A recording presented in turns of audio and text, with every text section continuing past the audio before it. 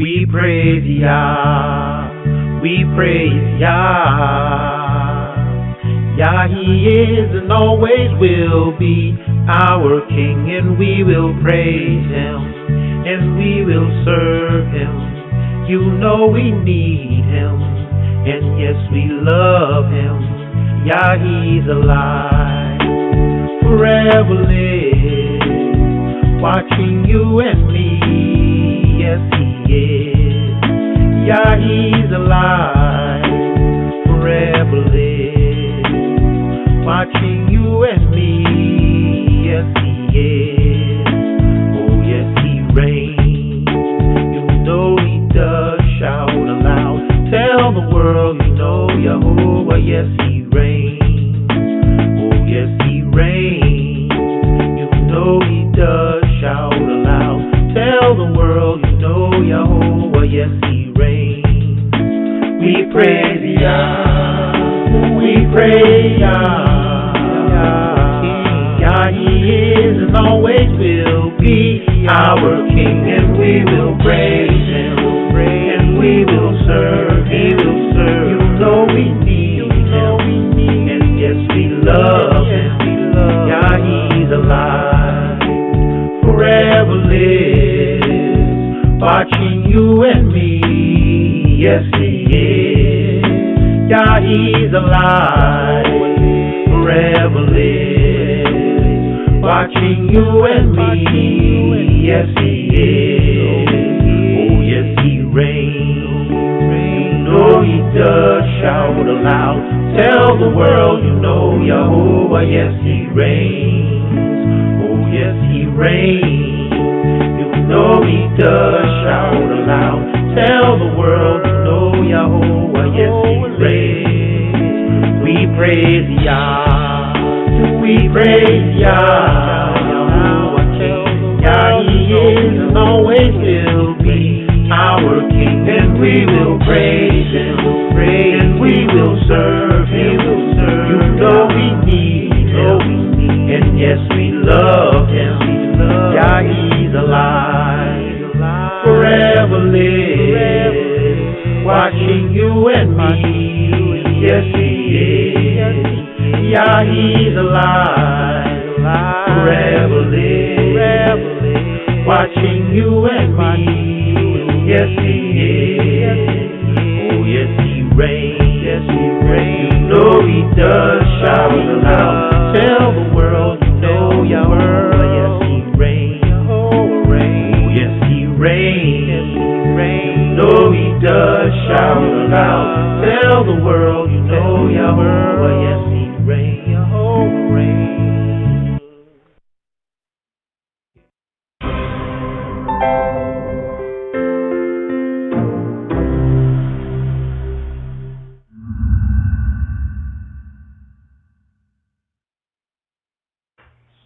My name is Cohen Mikael Ben Levi of the Hebrew family of Guyana. The aim of these dissertations is to cause the true house of Israel, who have been without knowledge of themselves for countless generations, and who are now being awakened by the God of the universe, to better serve our Creator.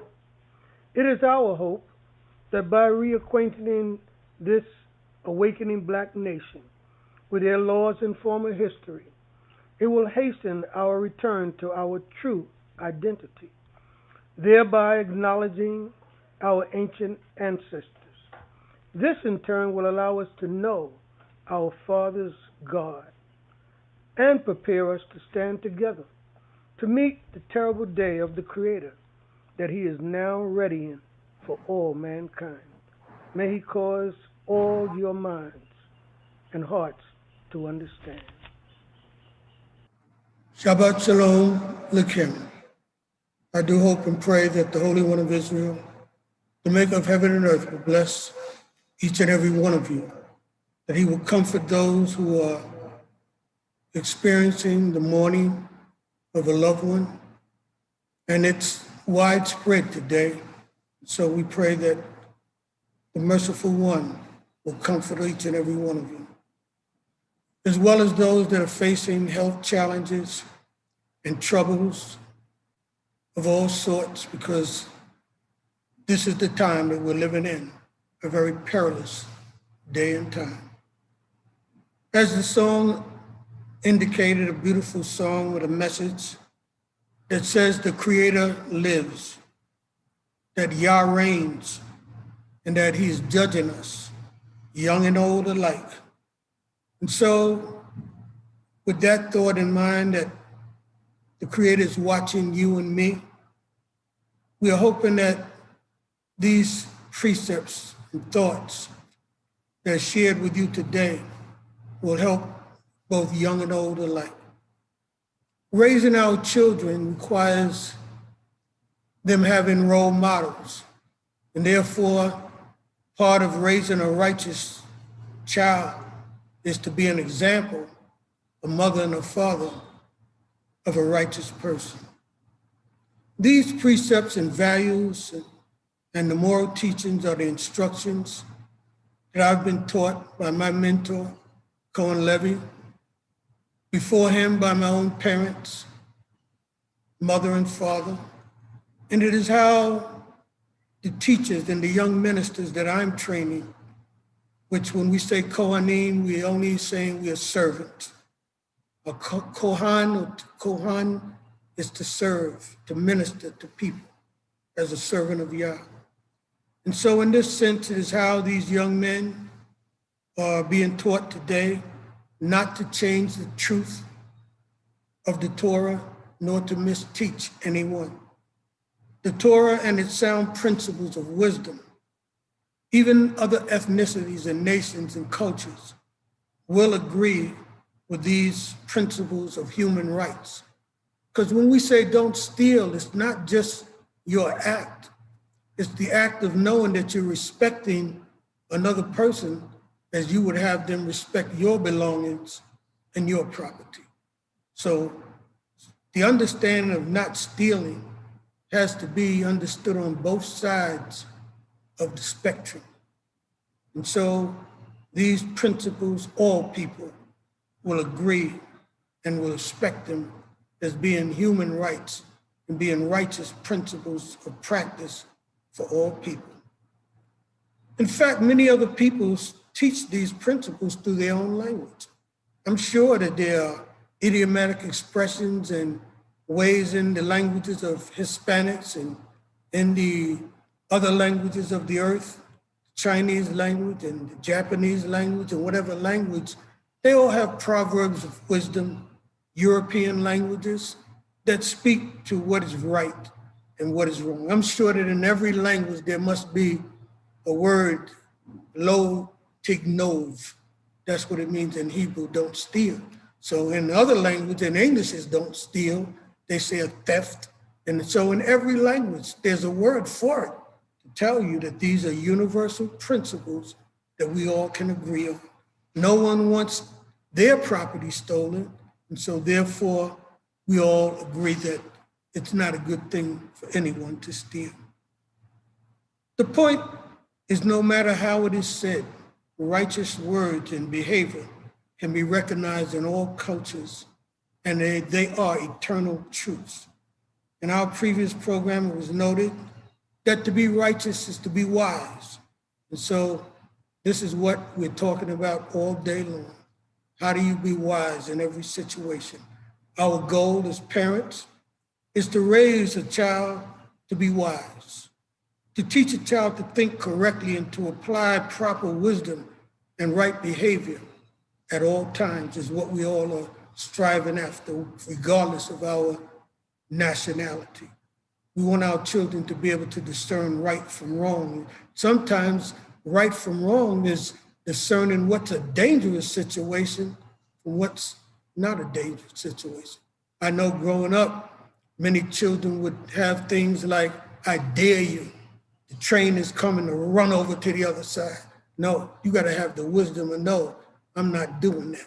See, that's a right and wrong that it's not a moral issue per se, but it's one that can cause your child to die if they don't have the wisdom to discern danger and to shun that and do something that is wise. In life, this is a challenge for all human beings. You never get too old. That's why I think the Creator called us the children of Israel for that reason. We are tested and judged throughout our lives in all of our relationships with fellow human beings, with people of our own nationalities, and of course, we all come across other ethnicities, and we have to treat them in a righteous manner as well. We have to learn to respect the creation, the environment around us, and we have to respect our Creator. My mother told me before I ever met any other teacher, she said, put God first. And by that, she meant the Most High God, I'm sure. And today, as I know, she left this earth knowing him, we were on the same page. When she said God, we both knew we were talking about the maker of heaven and earth. And that's who I put first. I've taught my children, grandchildren, they're being taught by their parents, and even generations of other parents. Today, you're going to hear from the generations of my teacher. Many of his sons and grandsons will be entertaining us today with their drumming and their singing, and I'm so proud of them to know that they've held fast to their father's teachings. And again, all the other families that were part of that great community of Ashaba Yisrael, and we spread it to other communities, and we've joined with other communities, and we recognize ourselves as one, no matter where we are. And we hope one day all of our teachings will be able to blend into the greatest teaching of all, because we lost it all around the world. Our knowledge was scattered everywhere, and it's coming back, and we have to be open-minded to learn in all areas, not just Torah. I've learned so much in farming and the way of life of agrarian people, being in an agrarian country, and there's many, many other things, crafts, and so much more wisdom to be gained in unity. In unity, there's strength. In growing up, it is usually a case of trial and error. Life itself puts us on trial before our Creator. Yah is the judge of this entire universe. Everyone is being judged by him. And so I want to begin right away with the book of Exodus, and to let us start with a very important principle. How should a person treat a stranger?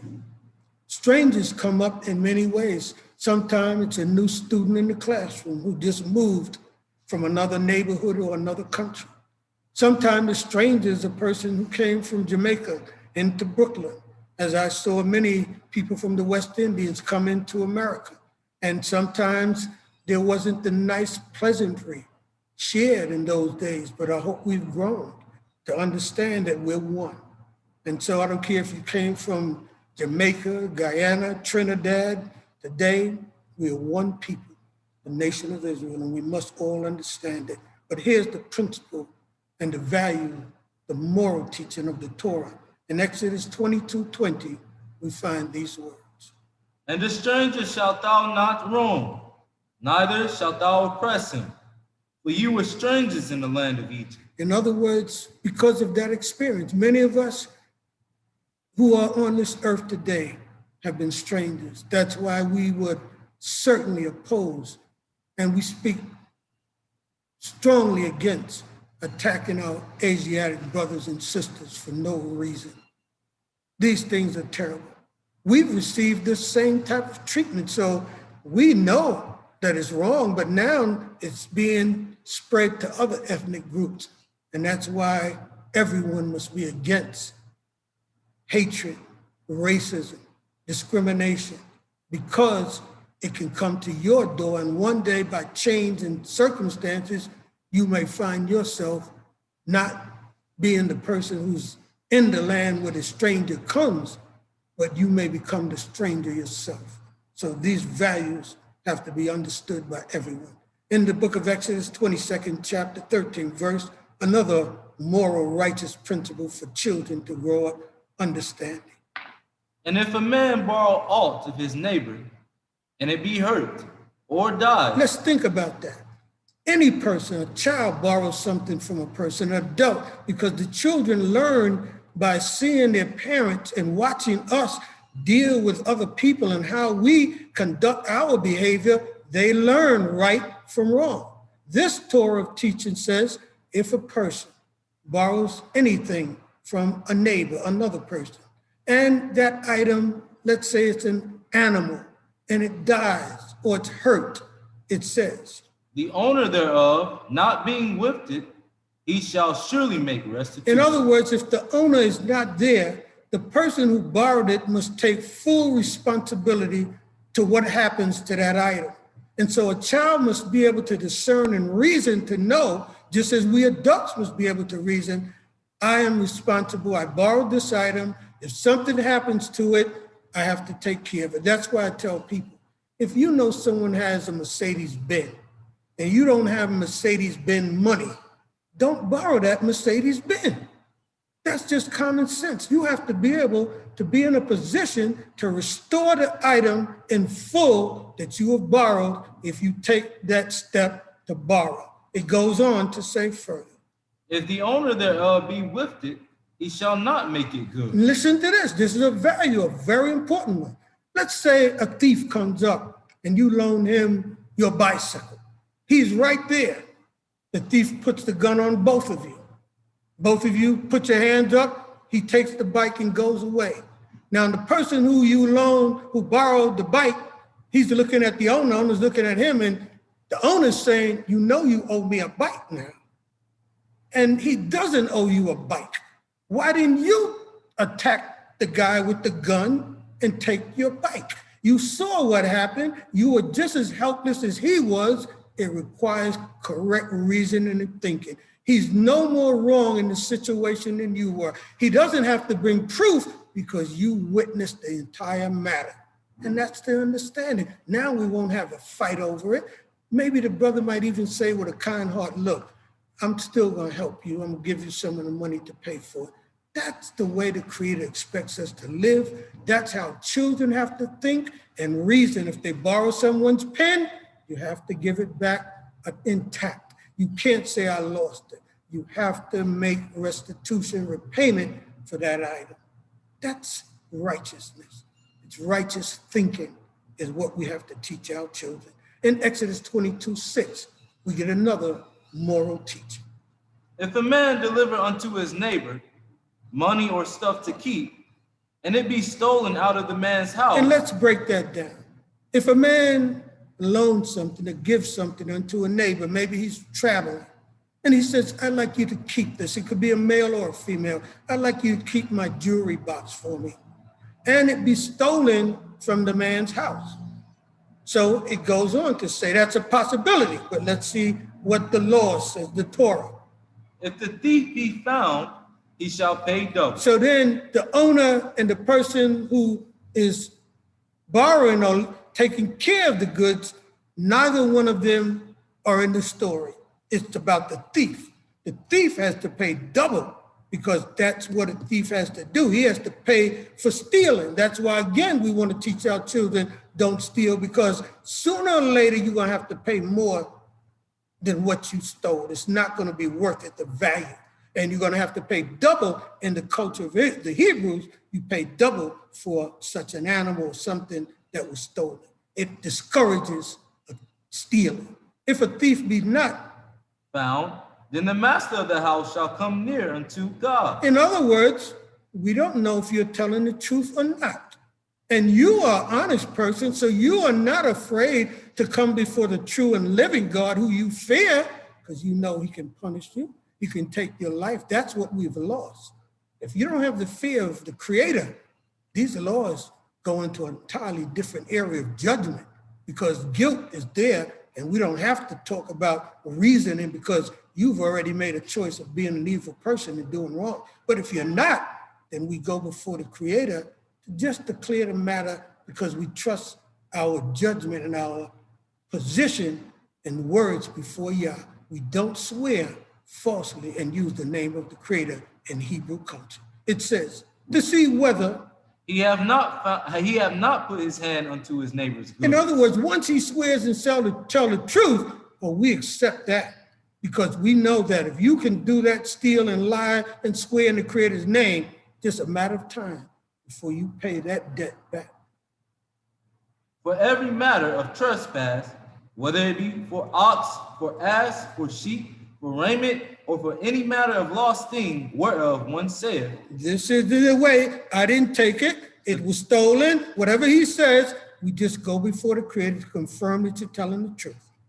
this is it. The cause of both parties shall come before God. In other words, the judges, the priests, and whoever it is in those days, that's why we have courts. They come there, they hear the case, do the investigation, and whosoever they find is guilty, they condemn and they have to pay double. For instance, if that man lied and said it was stolen, it wasn't stolen, he's the thief, he has to pay double. He whom God shall condemn shall pay double unto his neighbor. That's the law of the Most High. Let's listen to some wisdom, because in the Shabbat Yisrael, every week before I came here, I read it in Hebrew, because I read it every week in the Hebrew language. It's called the 8th proverb, the proverb of wisdom. And it begins on this wise. Doth not wisdom call, and understanding put forth her voice?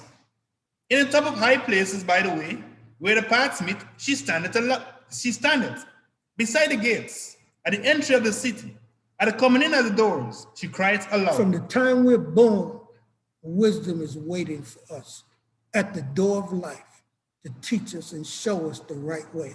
That's why the Creator in his divine manner gave us parents that were adults that could be that wisdom as we come into this earth. Unto you, O men, I call, and my voice is to the sons of men. O ye thoughtless, understand prudence, and ye fools, be ye of an understanding heart. In Hebrew culture, because the man is the head of the home, and they are the ones that were the kings, and it could never be a queen on the throne in Israel, it was a male-oriented society. And therefore, if the words are directed to him, but wisdom is for sons and daughters, surely we will see this as a principle of the Torah. Hear, for I will speak excellent things, and the opening of my lips shall be right things. Meaning wisdom speaks right. For my mouth shall utter truth, and wickedness is an abomination to my lips. And these are the words that I heard every Shabbat day when I entered the doors of Shabbat Yisrael. They're in my soul. I could recite this by heart. And in Hebrew, I read it so I get a deeper understanding. Maybe at some points I'll share with you what it says in Hebrew. All the words of my mouth are in righteousness. There's nothing perverse or crooked in that I them. will say to you will not be in righteousness. They are all plain to him that understandeth. They're simple to people that have common sense. There's nothing deep about what I'm saying and what wisdom is saying. And right to them that findeth knowledge. And if you know things, you know and have knowledge, you know what I'm telling you is right. That it's not good to steal, that you should respect your mother and your father. Receive my instruction and not silver, and knowledge rather than choice gold. Because this is more valuable. Moral valuables are more important to a child, to an adult, to any person than material wealth. For wisdom is better than rubies, and all things desirable are not to be compared unto her. That's right. Nothing can be compared unto it. Wisdom is a defense. Wisdom can save your life. Rubies and gold and things like that can't do. Wisdom can teach you how to invent things and how to find a way to a solution to a problem. You can't buy good health, but wisdom, a doctor, surgeon can heal you. I, wisdom, dwell with prudence, and find out knowledge of devices. The fear of Jehovah is to hate evil. See, that's a part of being wisdom. Wise, you gotta hate evil. You have to realize it's not worth it. Pride and arrogancy and the evil way and a froward mouth do I hate. That's what children must know and adults who are wise. Don't be a proud person and arrogant, where every time somebody says something, you have something smart to say. Be humble. Learn to listen. Don't be a person who has a bad attitude and a bad spirit and a froward mouth, that every time your mouth is running, you never shut up. And again, the Creator hates that when you don't listen and you talk too much and talk foolishness out of your mouth. Counsel. Counsel is mine and sound wisdom. I am understanding, power is mine. Man, you get wisdom, you have good understanding in all things. That's what it gives you. It's knowledge about everything.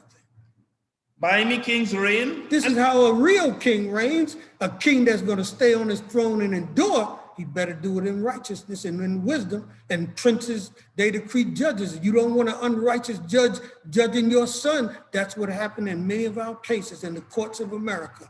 The judge was the one that was unrighteous, and so you didn't get a fair judgment. Even the jury. That's why thou shalt not again bear false witness against thy neighbor. That's a Torah teaching as well. We may cover it as well. And princes decree justice. By me princes rule, and nobles, even all the judges of the earth. I love them that love me, and those that seek me earnestly shall find me. If you're sincere, the Creator gonna bless you with the wisdom. That's who He gives it to. He doesn't give wisdom to any and everybody. You have to earn wisdom. And there's different levels of wisdom. So how much do you want? How much are you earning, how righteous are you willing to be? Because Moses, remember, he was able to go up to the mountain. He was humble. He had the wisdom to listen and obey. Riches and honor are with me. Yea, enduring riches and righteousness. Yeah, you prosperous. I remember Joseph in the Bible. That woman could not get Joseph. He said, I will not do this evil thing, mess with Potiphar's Pharaoh's wife and sin against God, the Creator. That's how we have to think. It's not offense against the person only, you're sinning against the Creator's laws, rules of life. My fruit is better than gold, yea, than fine gold. Oh yeah, wisdom is better than gold, man. I don't care about all that. Give me the wisdom, the knowledge, and the understanding, because then you'll get the gold and you'll know how to keep it.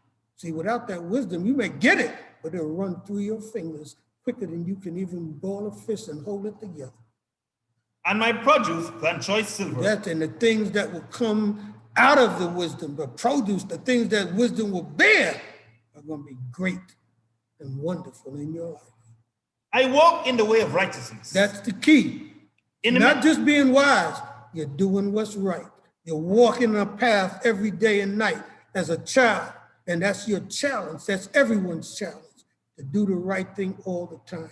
And children are watching all the adults in the community. They must see examples of righteousness around them to get the children to stay steadfast on that path of righteousness. There can't be a pull and a tug over right and wrong. One thing is in the home, and another thing is when they go out among other people, visiting relatives. Imagine when every family has the same principles of righteousness.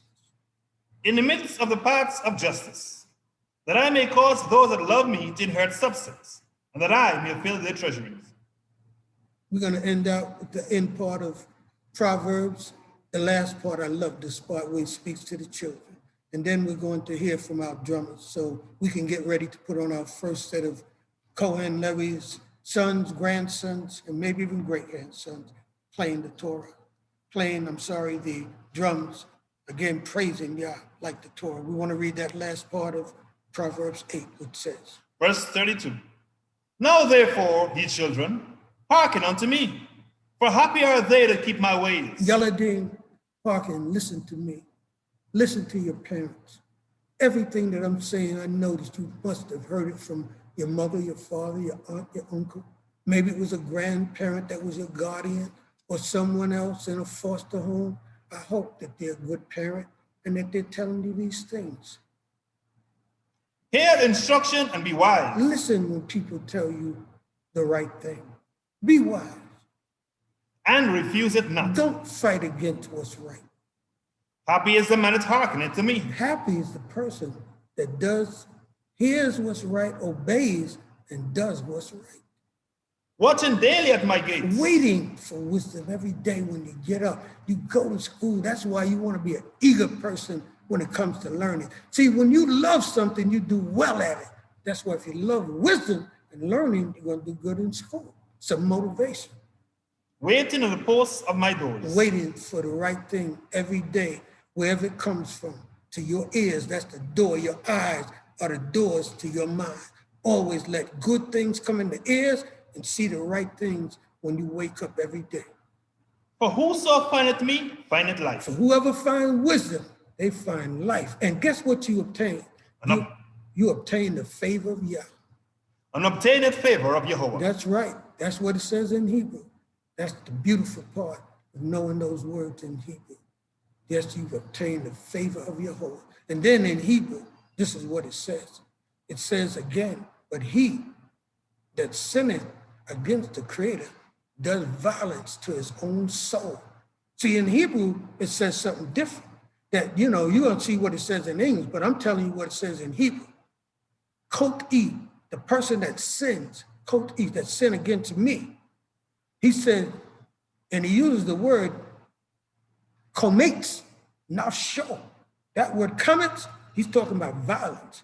You hurting yourself when you hate wisdom. Read it on. And then when you hate wisdom, here's what you love. He'll tell you. But he that misseth me wrongeth his own soul. All they that hate me love death. Not miss me, he that sinned against me does wrong to his own soul.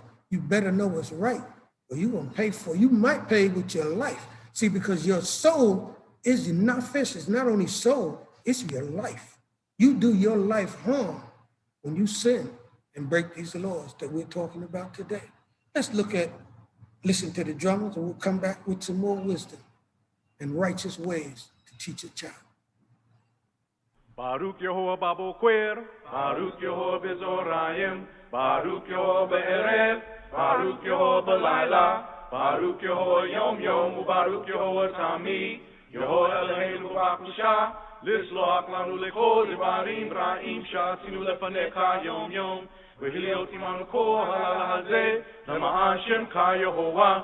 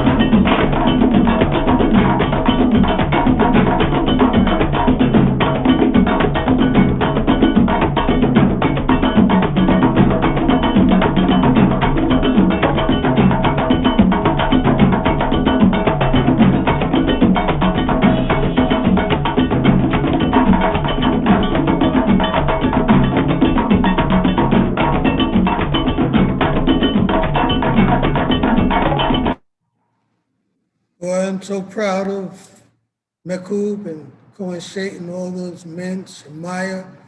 They don't know how proud they make me because I saw them born. And I may have publicly named them in the community. And I know Cohen Levy lives through us. And he wanted us to continue doing what we're doing. So we're going to listen to them all day today. Those sons, grandsons of Cohen Levy, and the drummers that came up and continued the generation of not only the drumming, you can hear them sing the Hebrew, speak the Hebrew language, Yah our Redeemer. He's restoring us as a people in every way, our language, our drumming, and I hope that all the listeners, they have drumming. It's a universal way of communicating. All people communicate through music, and our music, even sometimes you don't know it's Israel, it's the Temptations and the Four Tops and all the others, the rappers, Snoop Dogg, and if they only just knew that they were Israel and the whole world knew that all this talent and all what you call Black people came from one creator. And that's how you will know that we're God's people too, because hey, we got a gift. Doesn't make us better, but you can definitely see that we have gifts that come from the Holy One of Israel. They're spiritual gifts. On the basketball court, how high we jump. On the baseball, Hank Aaron, and how we can knock it out and how fast we can steal the bases. It's a God-blessed people. And so we have to do right to make the world know it. That's why they don't know us for being Israel. They know us as Negroes and Black people, and we're attempting to change that as Yah redeems us and restores us. In Exodus 21st chapter, we find these words. And if a man shall open a pit, or if a man shall dig a pit, and not cover it, and an ox or an ass fall therein, the owner of the pit shall make it good.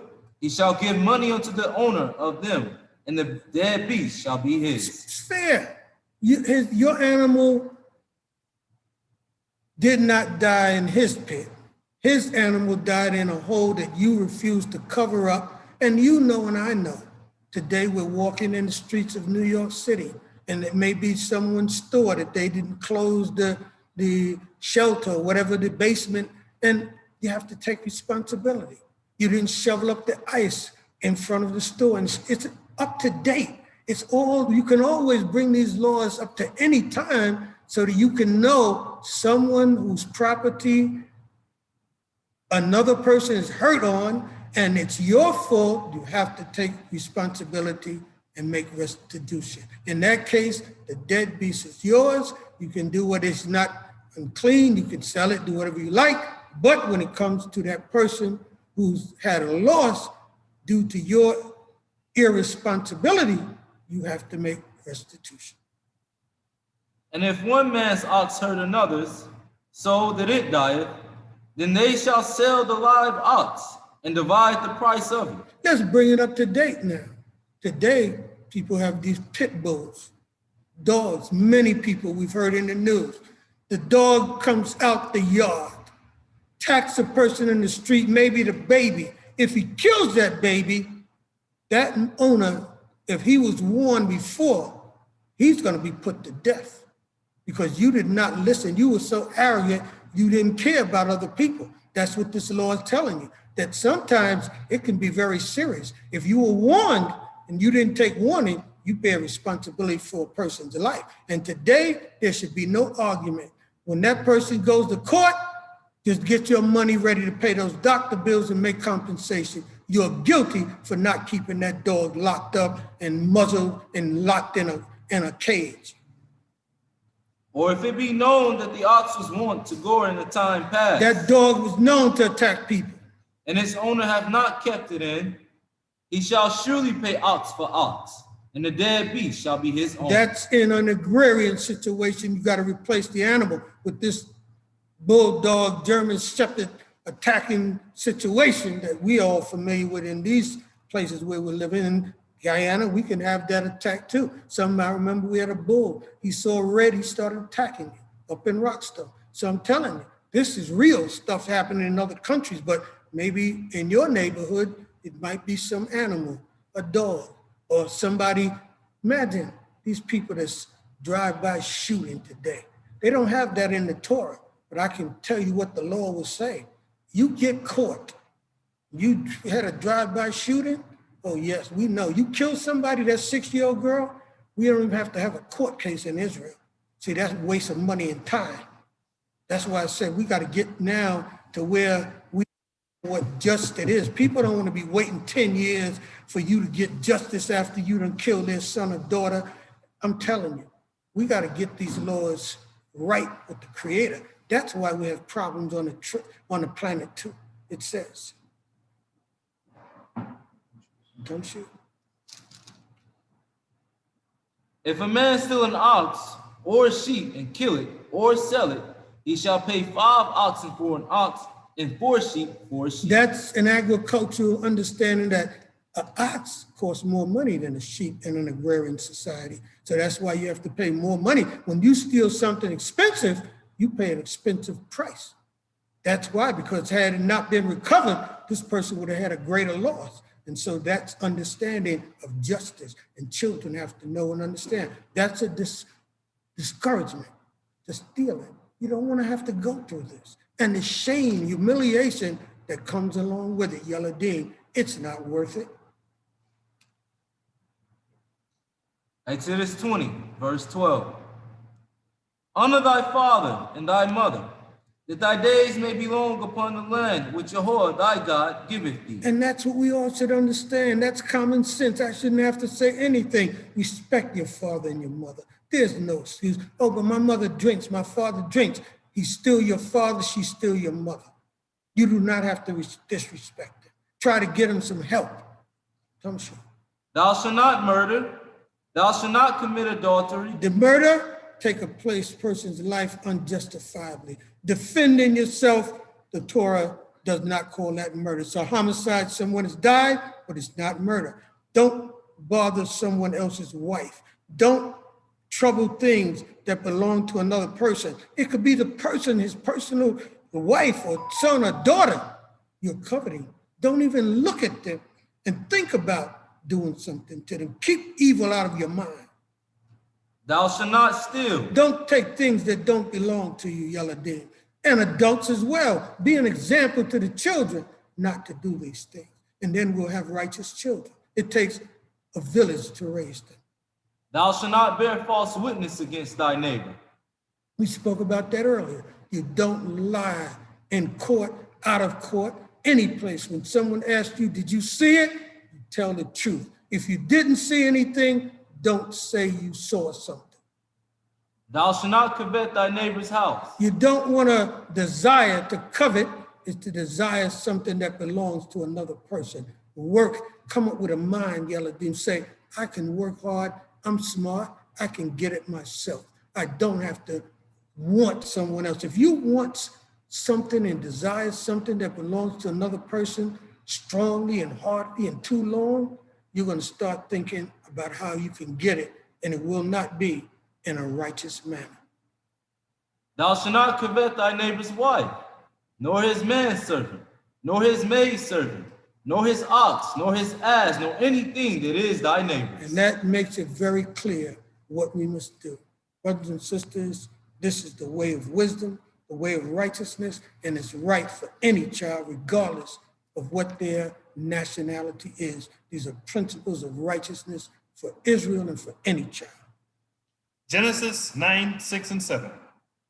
Whoso sheddeth man's blood, by man shall his blood be shed. For the image of Elohim made he man.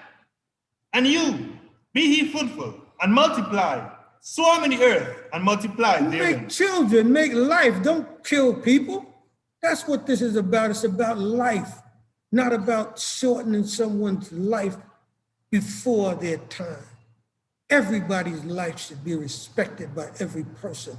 Just like you want your child to live, just like you want your daughter to live, son, yourself, your cousins, your uncles, be the same way.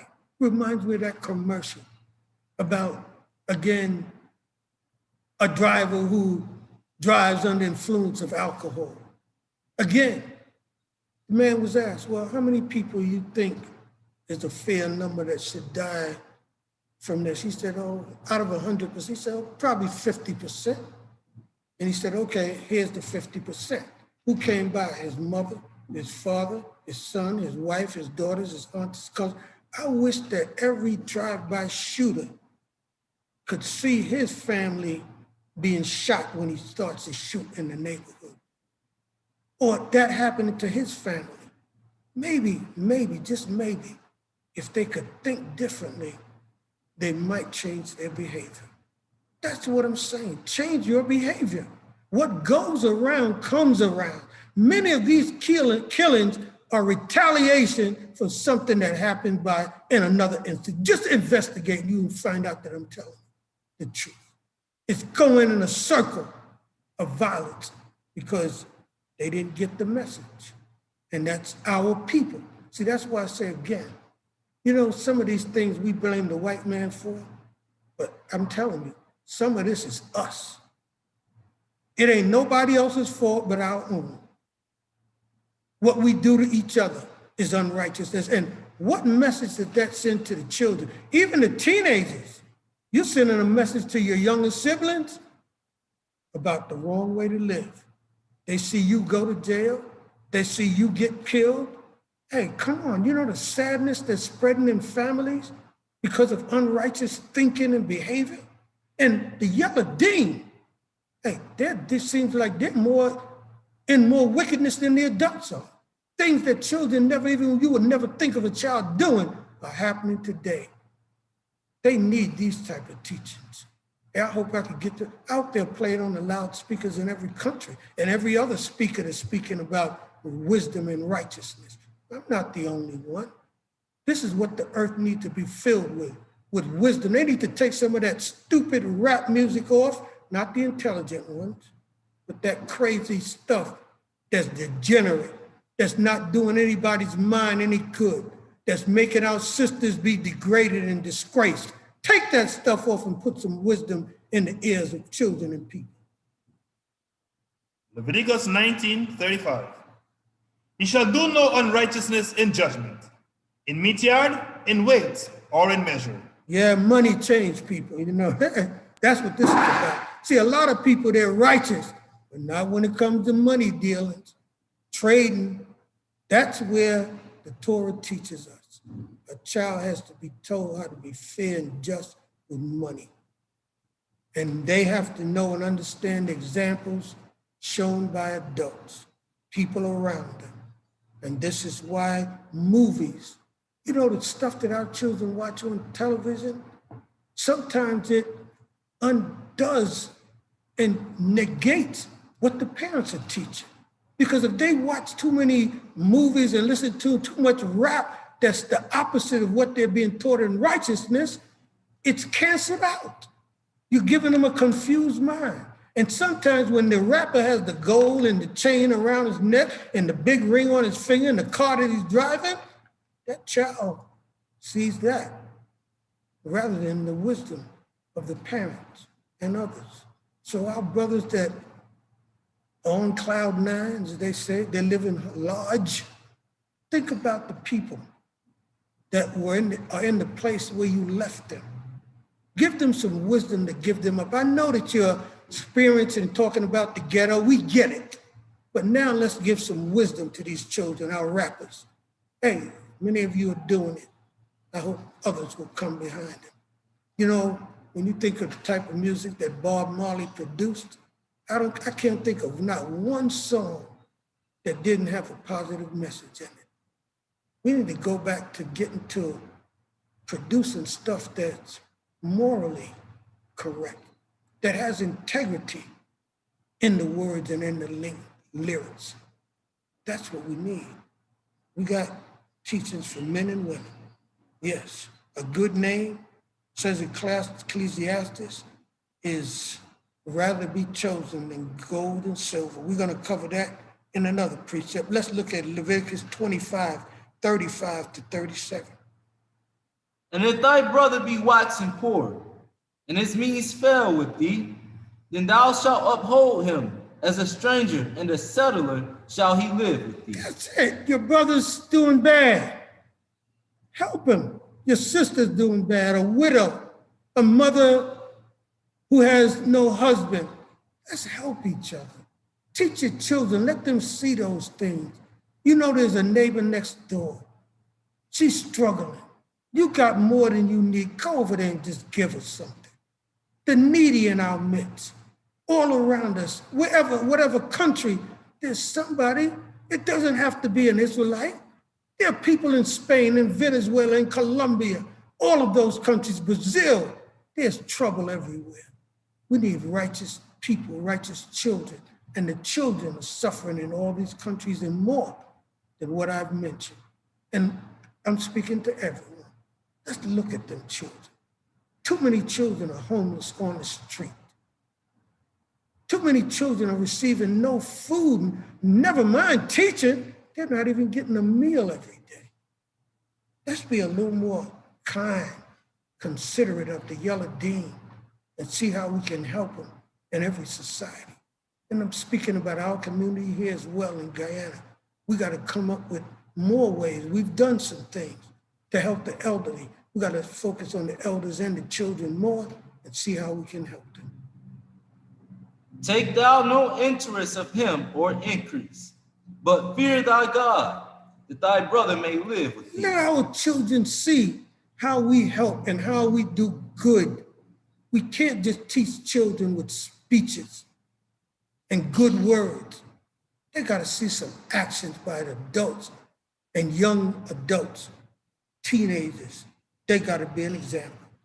I want us to go to Proverbs 31 before we have another break and listen to some more drumming, because these Proverbs 31 speak to daughters. I want our young daughters to think about what type of woman do you want to be? A mother. What type of wife do you want to grow up to be? You might be a little girl now, but one day you're going to grow up and you're going to be a mother and a wife. You have to hear the principles that I've mentioned. And this Proverb 31 speaks directly to sisters, to young daughters who will become a wife and a mother. And these characteristics are the things that will not only make you righteous, but wise, intelligent, and be a righteous wife and mother, an example to the entire community in which you live in society. Again, within Israel as a community, and then within other communities as well, women have to be women of virtue. She's called a woman of valor. Gavura is the man of valor. Gavura or Gavirit is the woman of valor. When we call you Gavirit, so-and-so, we don't just mean Mrs. Gavirit, we mean you're a woman of valor. You're a wife of honor and a mother that's highly respected in the entire society.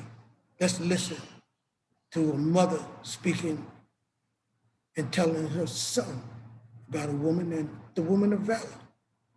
It starts in 31, the first verse, Proverbs. Let's start in verse 1 first. The words of King Lemuel, the burden wherewith his mother corrected him. And now we go into verse 10. So his mother gave him this advice. Brothers, listen, that's what I tell you. There's a thin line between what a man has to know and a daughter has to know. If I think you're wise, you should learn what daughters need to know and what you need to know about women. And women should learn starting young what you need to know about the right kind of man to choose. See, these values let you grow up knowing what to look for, it says. A woman of valor, who can find? That's meaning that she's not everywhere. It's not that she's easy to find. Brothers, you want a woman like this.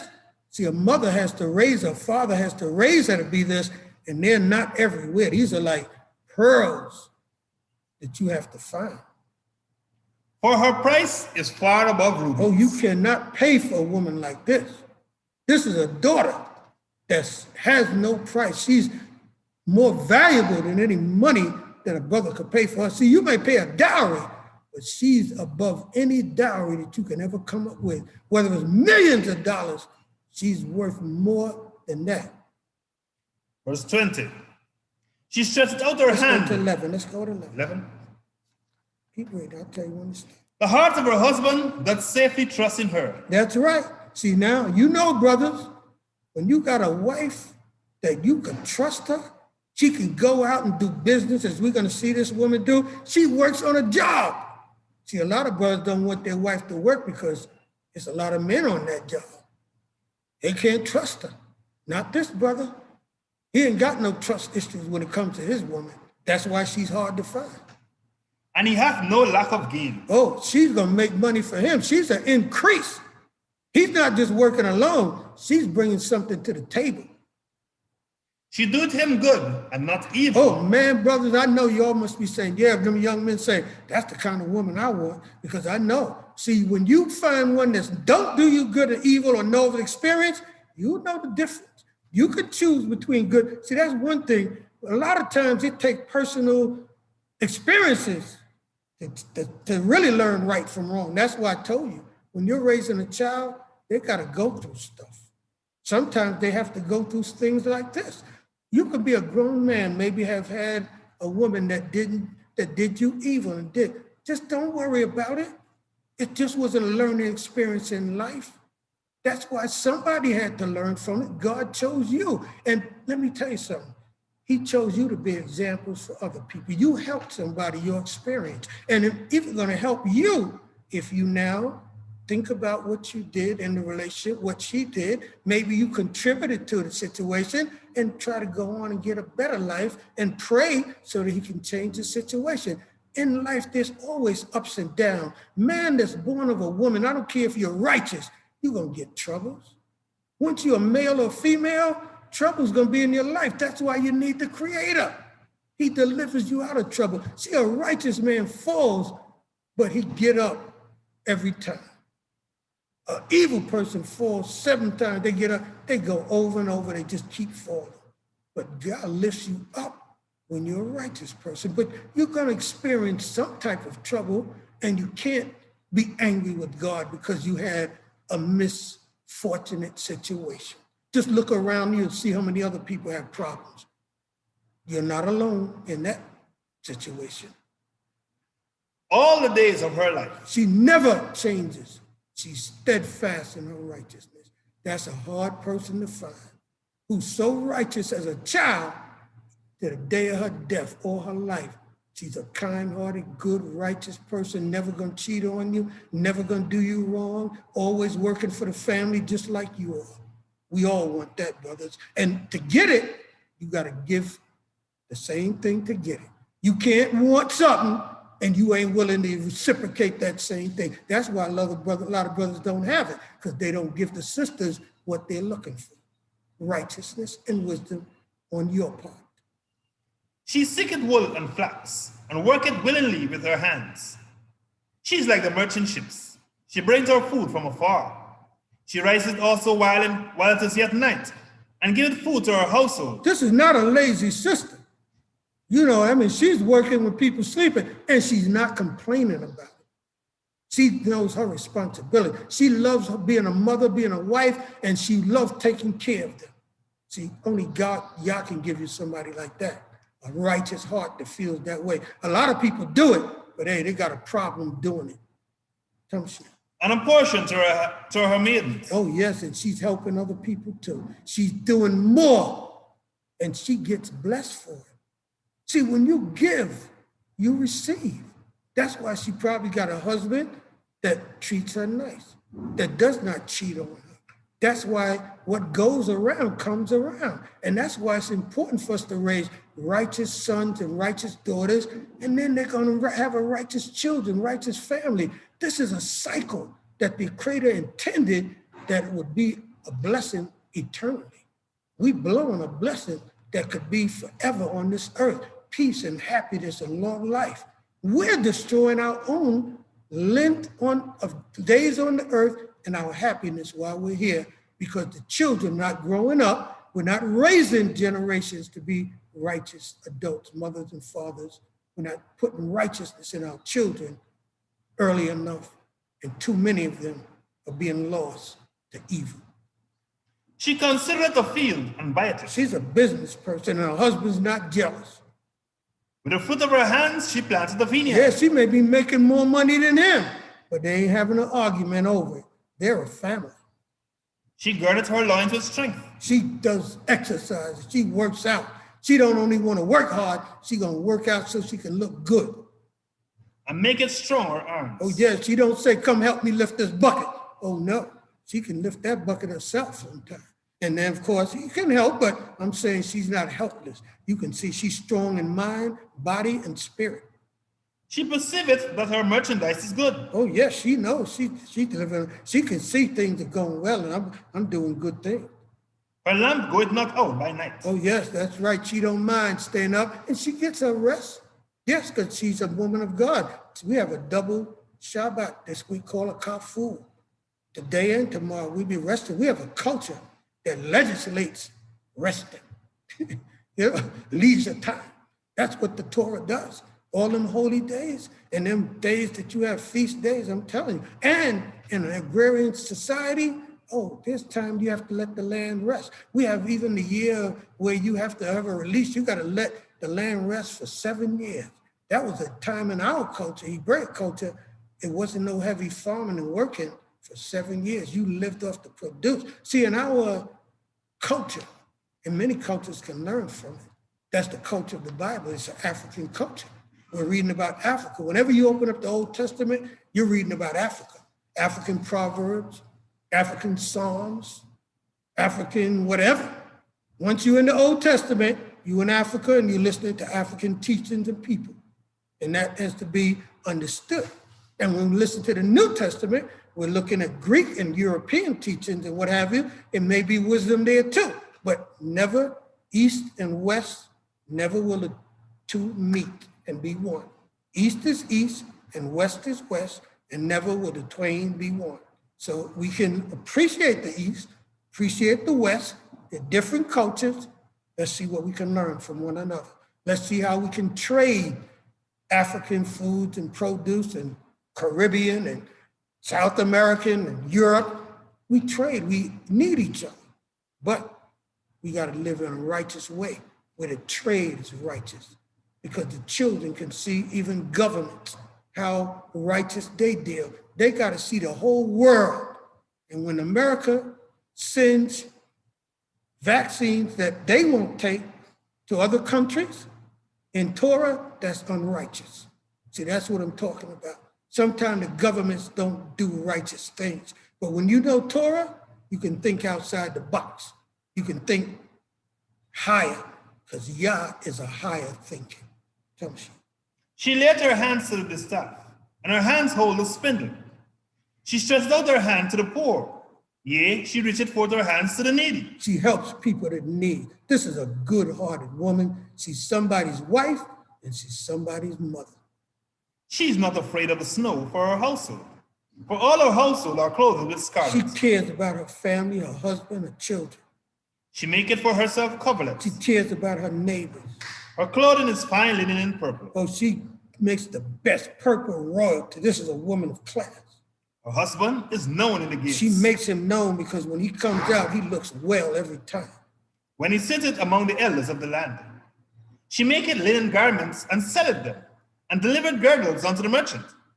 Strength and dignity are her clothing, and she laugheth at the time to come. Oh, she's not afraid of any troubles or calamities. She's prepared for everything. She knows that the Most High Yah is with her, and that's why it says. She openeth her mouth with wisdom, and the law of kindness is on her tongue. So if she speaks wisdom, I'm telling you, might as well tell righteousness with that, and you can see by all her other characteristics, wisdom and righteousness is part of this woman's being. She looketh well to the ways of her household, and eateth not the bread of idleness. She's not lazy and she don't sit around. She uses time always, and she knows I can always do something with this time, even if it's resting, meditating, and reading Psalms, and lifting my spirituality. Her children rise up and call her blessed. There she's an example, a role model to her children, her friends of her children, and to the community and nation as a whole. Her husband also, and he praised her. Oh, he knows he has a good wife, and he's proud to have that woman by his side. Many daughters have done valiantly, Many daughters have done valiantly. but thou excellest them all. She's greater than them all. She's not Whitney Houston. She don't sing like her. She's not a superstar and actor. She's a good, righteous, simple person, a mother, the greatest role that anyone could play, a wife, the role that every woman should be realized she's to play. Once she's a wife, she can always be a mother to her nephews, her nieces, and to all the children that she feels Yah brings across her and his path, that they can use their resources to help and build their nation and the world at large. It ends out by saying, Grace is deceitful, and beauty is vain. yeah, beauty is only skin deep. The real beauty is inside of a woman. Yes, every man wants her to look good, but don't let it stop there. Don't let her kindness in the first instance fool you. Everybody's nice when they meet you. See how long it lasts.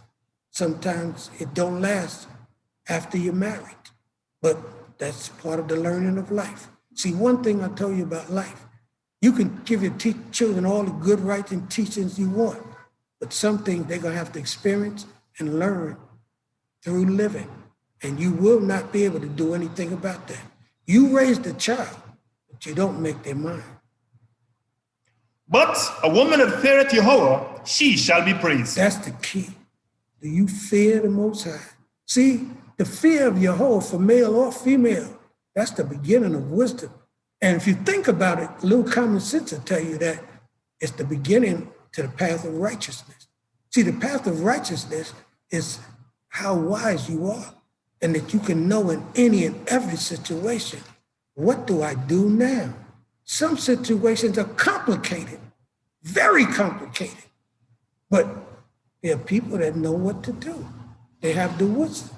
It says, Give her of the fruit of her hands. Let her works praise her in the gates. yes, that's what it does. Let's listen to some more of those drummers of Cohane Levy, sons and generations. He has daughters. We have daughters in so many of the Israelite families. We're all one family in all the communities around the world. And this is just featuring one of the families in the community that I came up in. Ein Elohe Kimo Yahovah Melech HaGadol Le'olam Oseh Rak Devarim Neflim Yomecho Yisrael Amen Ein Elohe Kimo Yahovah Melech HaGadol Le'olam Oseh Rak Devarim Neflim Yomecho Yisrael Amen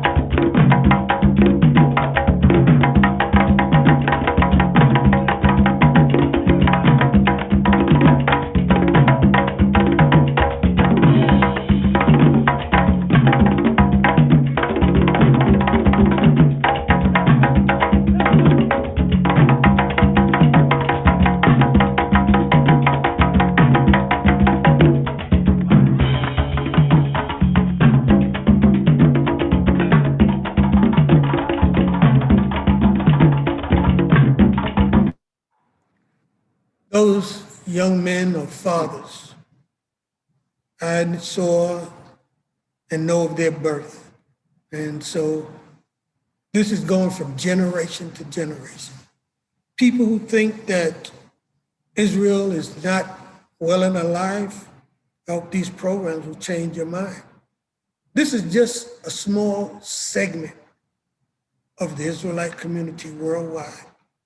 And so we all being reconnected, we love one another, and we're building and restoring and fulfilling the prophecies of the Bible.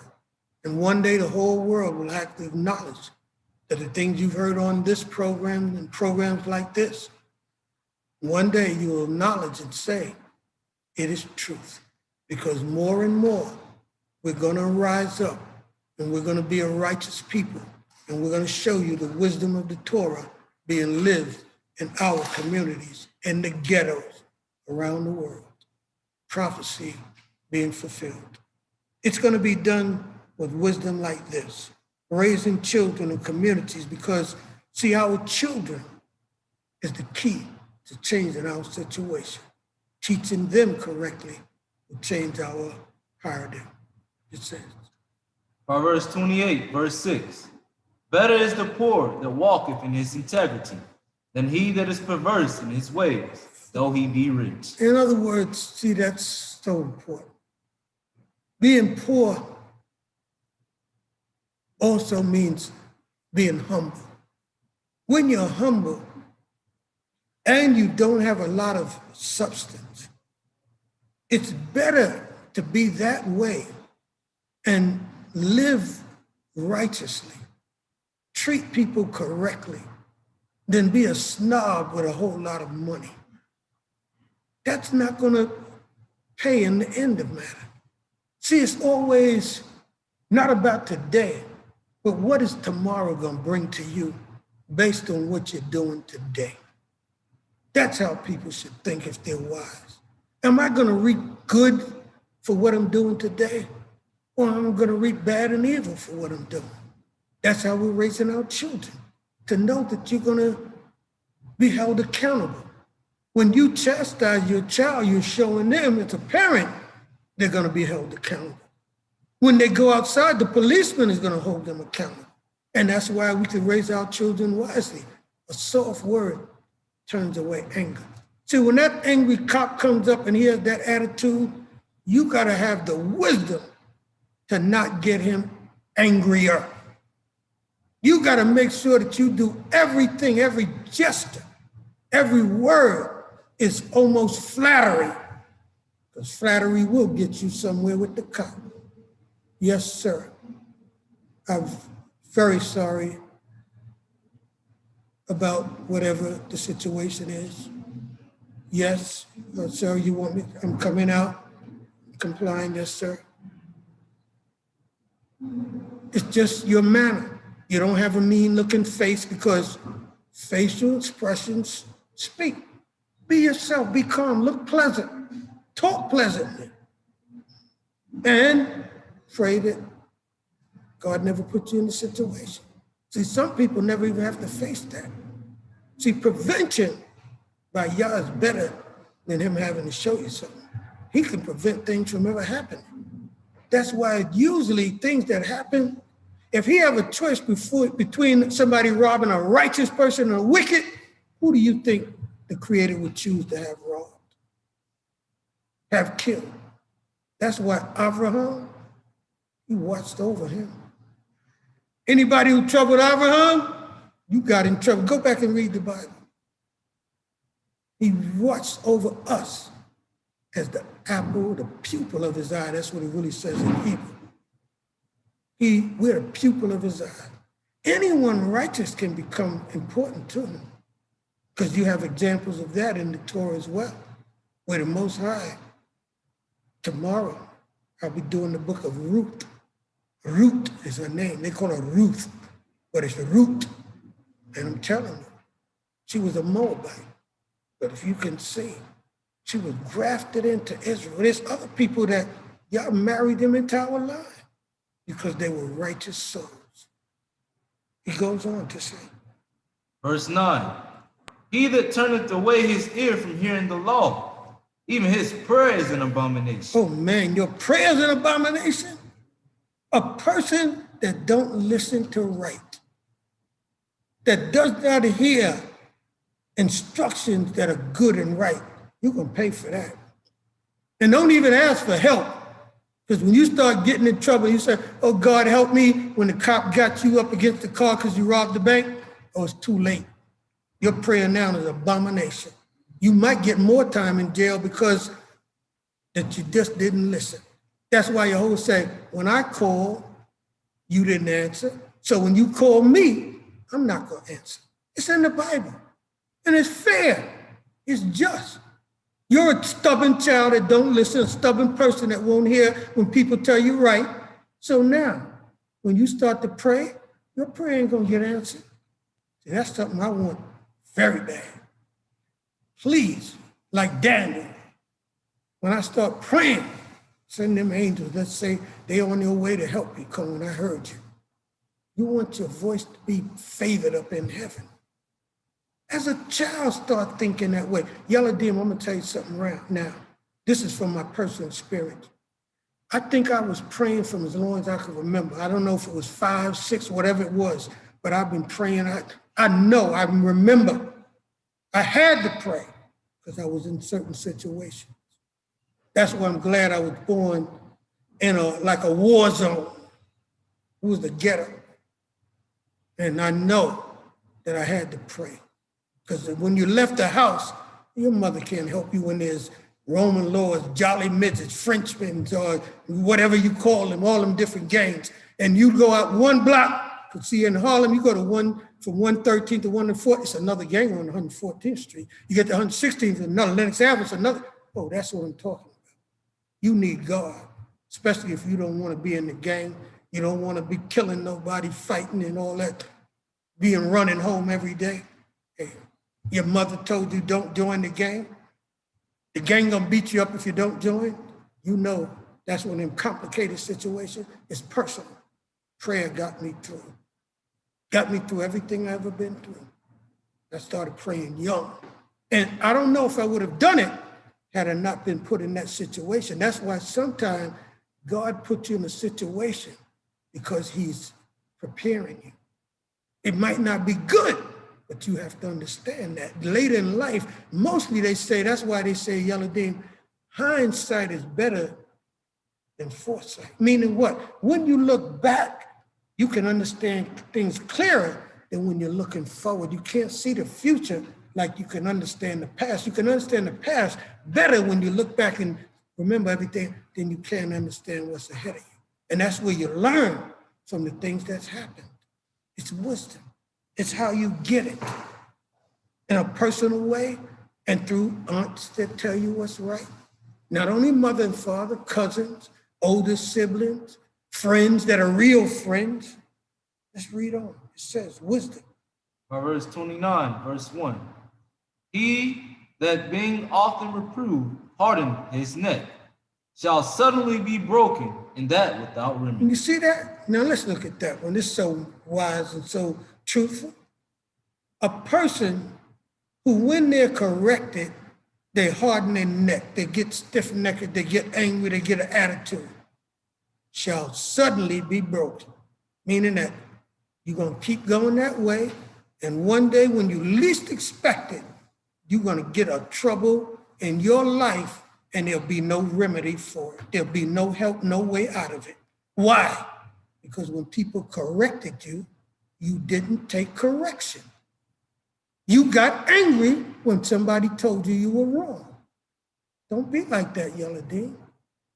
Acknowledge when you're wrong. Humble your spirit.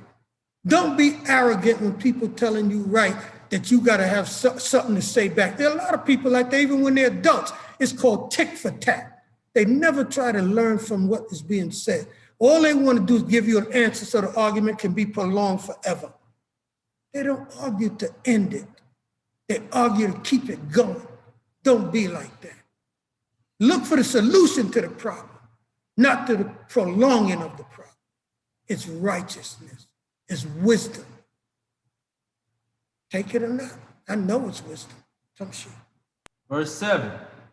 The righteous taketh knowledge of the cause of the poor. The wicked understandeth not knowledge. Yes, leave it there. Let people see it. That's why I love the Tanakh, because see, I read these things over and over again. That's why Moses and Joshua, they all understood this. Meditate in this law day and night. That's what I do. I know these principles because I read the Torah regularly. And these things I think of. And you see situations come up, you don't have to grab your Bible. The righteous thought is already in your mind. I always said, I want to be a walking Tanakh. The righteous taking knowledge of the cause of the poor. Oh yes, that's true. I look for that. Who can I help today? The wicked understanding not knowledge. They think what I'm saying is crazy. That if you see somebody and you're able to help them and they're worse off than you are, try to do it, especially if they seek your assistance. Don't send them away and say, oh, come back tomorrow, because you just want to pay the big shot. The Torah says, no, don't do that. You have it with you, help them now.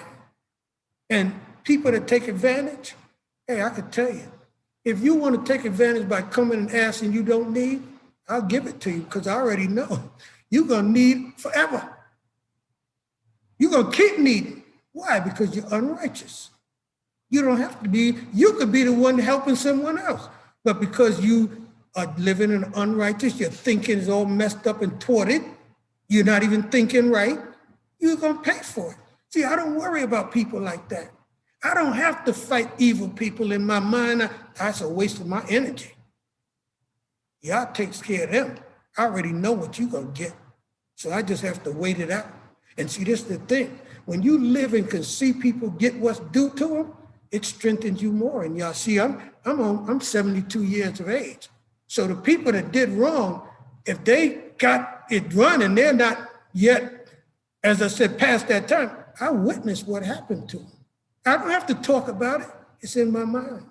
I saw the Torah fulfilled. You seeing it fulfilled too? You got examples. You can't tell me you didn't see a law that somebody broke and you saw what happened to them. That's what I'm telling you. I watch. My eyes, my father told me, watch and listen. I know how to do that. I learned so much from watching and listening. I might have learned more from watching and listening to other people. Because, hey, man, this world is full of so much knowledge. You just got to look at it. It's all around you. That's why the 8th Proverb said, doth not wisdom call and understanding put her voice? From the time you come into earth to the time you wake up every day, there's some wisdom, knowledge, and some foolishness out there.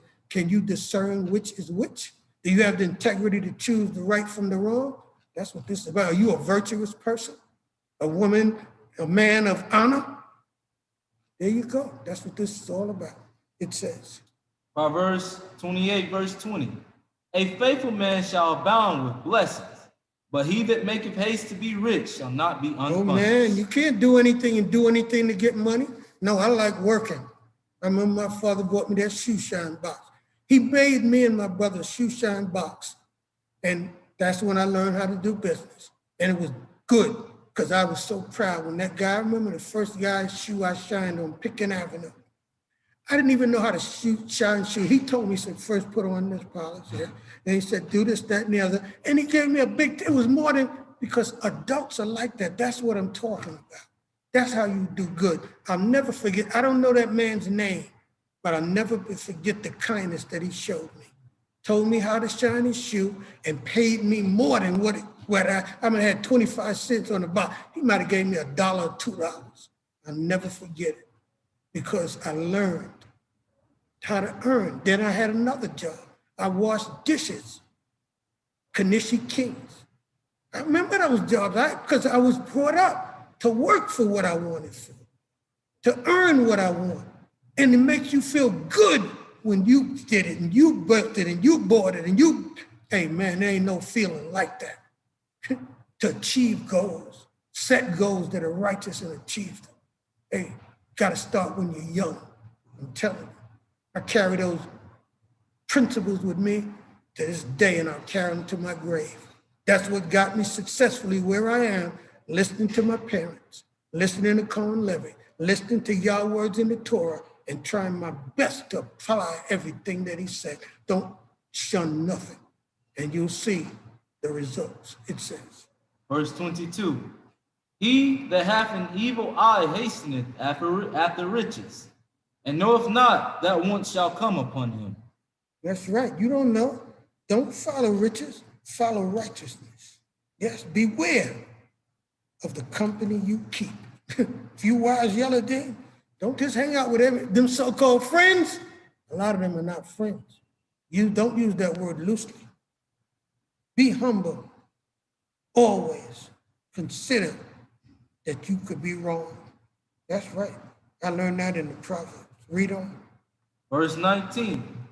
He that tilleth his ground shall have plenty of bread, but he that followeth after vain things shall have poverty. Yes, be righteous. Be a righteous person. Go to verse 16, please. The prince that lacketh understanding is also a great oppressor. That's right. You can have a title, but if you oppress people, hey, nobody cares, loves you. You want to get love as a leader, you got to love your people. Wisdom and a child the same way, because you're going to grow up perhaps to be a leader. But he that hateth covetousness shall prolong his days. You hate desiring things that are not yours.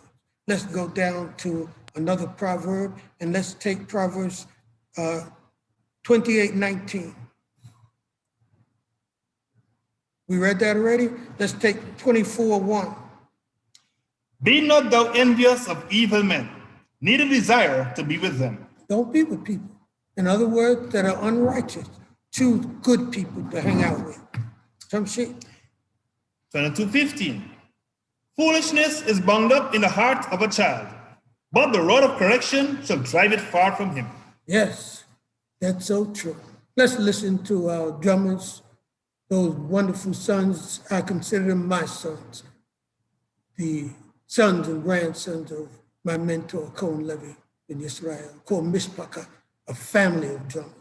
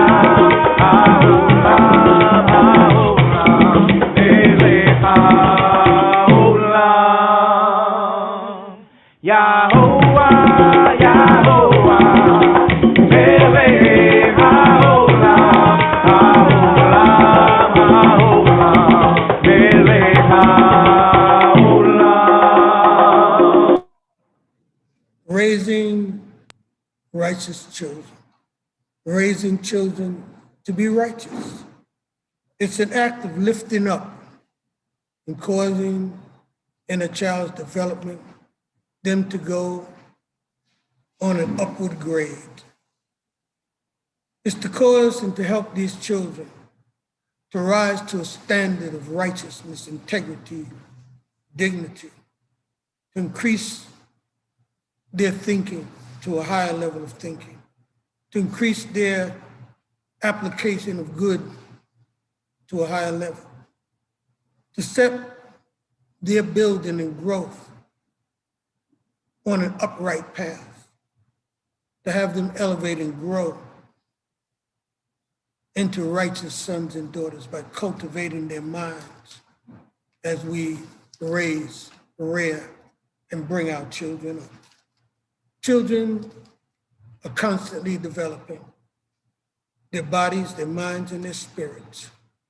And so it's different degrees of teaching. Many of our teachings today were for older children, young adults, and even adults. Men and women who are now young, those drummers, they're married men, many of them, and they have children.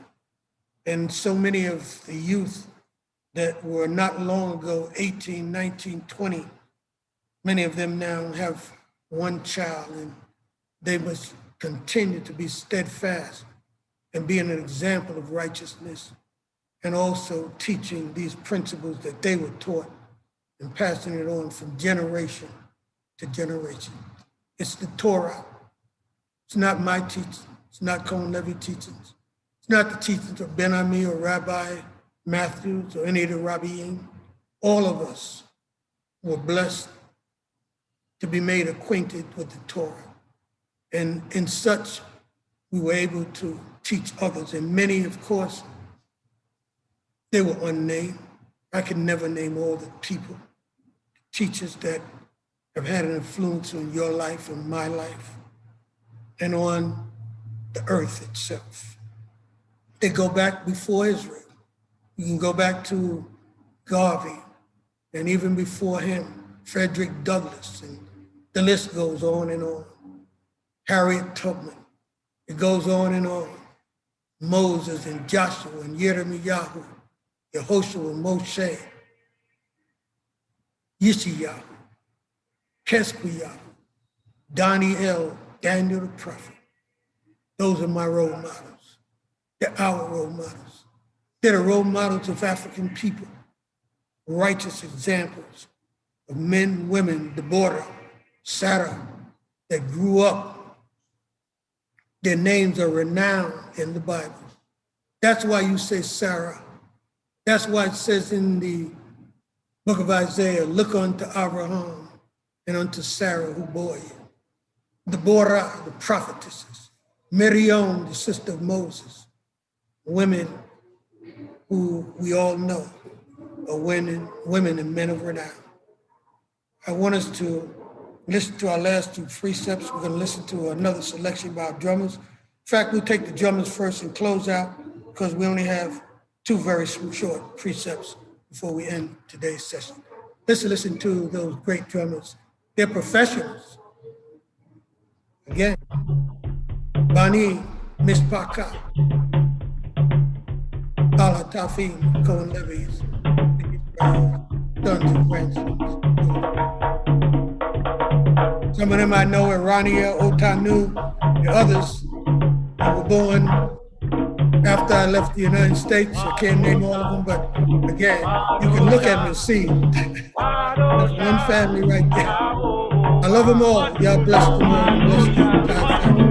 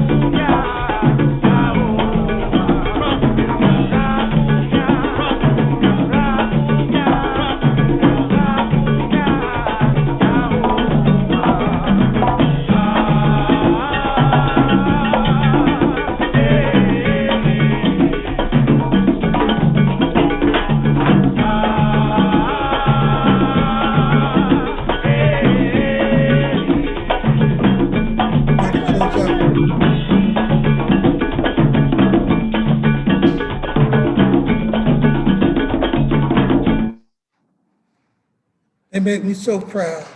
Just looking at them, you can't keep still.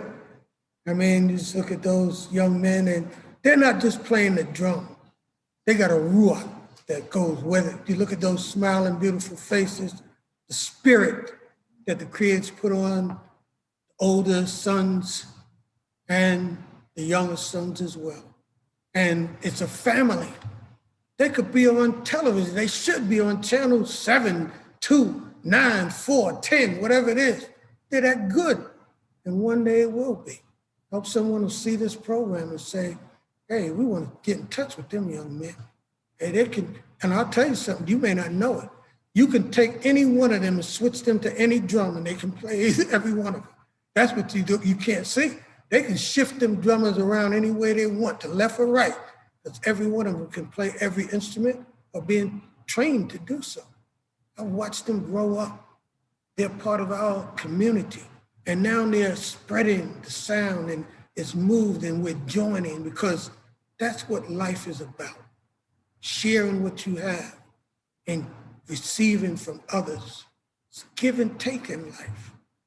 And that's why children have to be raised to understand how to give righteous things, put out righteousness, take in righteousness, receive righteousness.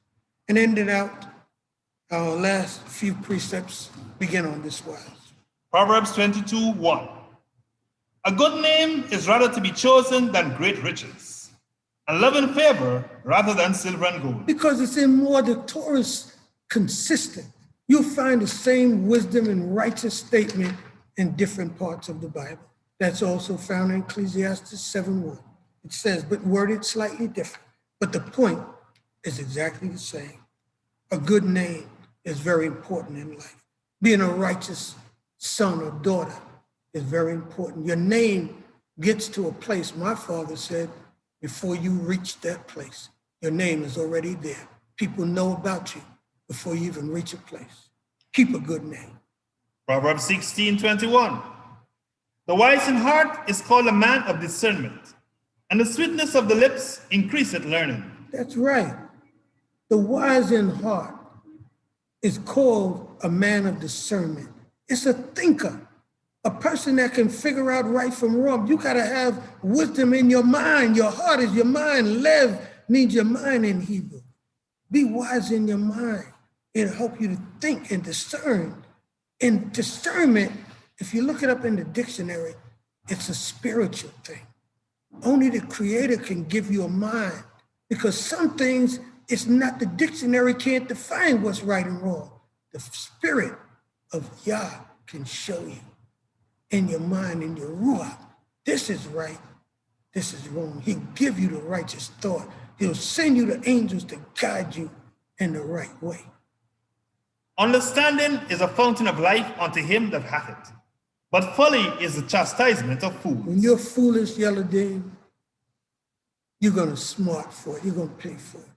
If you're wise, I'm telling you, it's gonna take you a long way, and your trouble and your suffering, though you may have it, it's gonna be far less if you're a righteous person, and you will be delivered out of that trouble. The heart of the wise teacheth his mouth, and addeth learning to his lips. And we're gonna end out with the proverb that I think sums up everything that I've been saying. And that is the proverb. We wanna start with 15:1-4. And then we're gonna close out with, of course, 14:34. Fakashah. A soft answer turneth away wrath, but a grievous word stirreth up anger. Yeladin, try to control your temper and your anger. Try it. It's a hard fight for every person, but never give in to anger.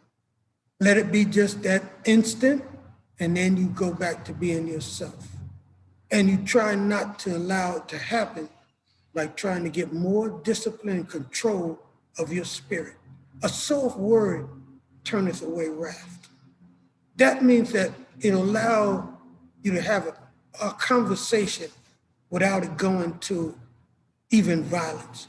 But when you speak harshly, you increase it's like adding wood to the fire. Tamshik. The tongue of the wise useth knowledge aright, but the mouth of fools poured out foolishness. In other words, don't be a foolish person. If you have nothing to say, be content with being quiet. Be reserved. It helps to be reserved in life at times.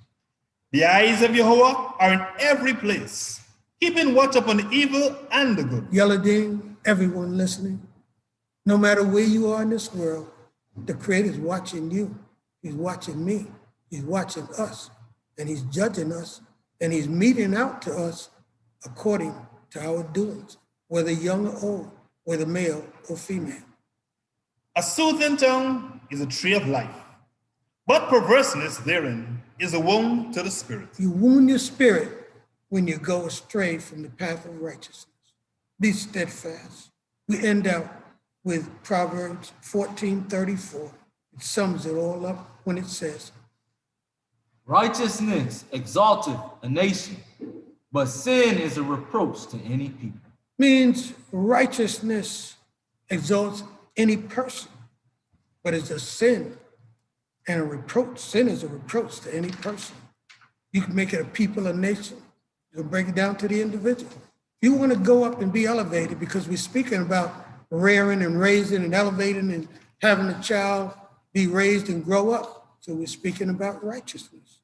And so if you do it, you're going to be exalted in life. You might even be the king of the nation. King of Israel has to be righteous. You might be a prophet. You don't know.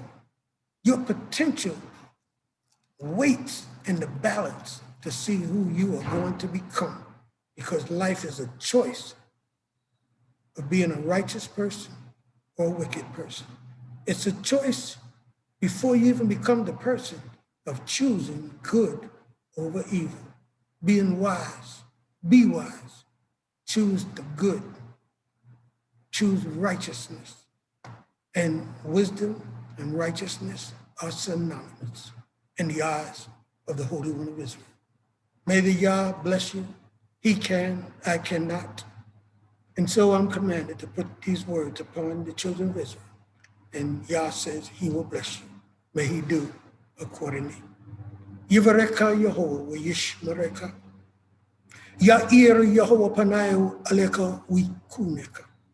Yisa Yehovah panayu aleka. Wa yasim leka shalom.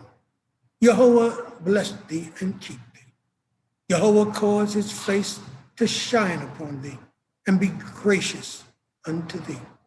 Yehovah lift up his countenance upon thee and give thee peace. Hallelujah, hallelujah. So shall Yah, as he said, so shall I place his name upon you, and Yah, he will bless you. Hallelujah.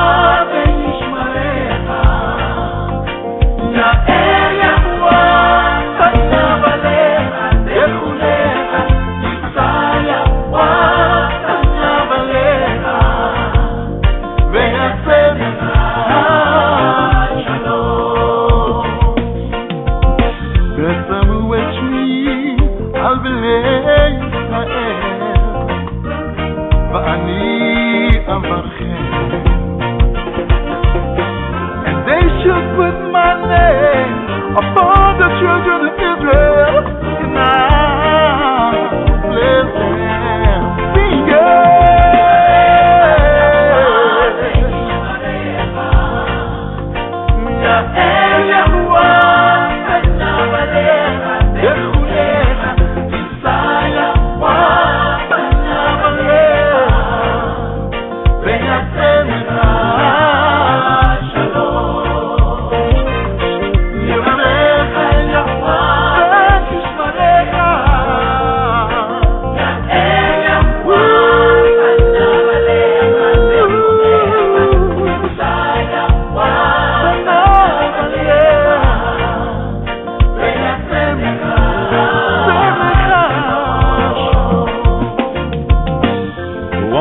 meeting to among Israel. Namidia Mishira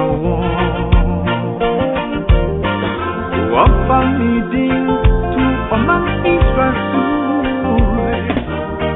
Namidia Mishira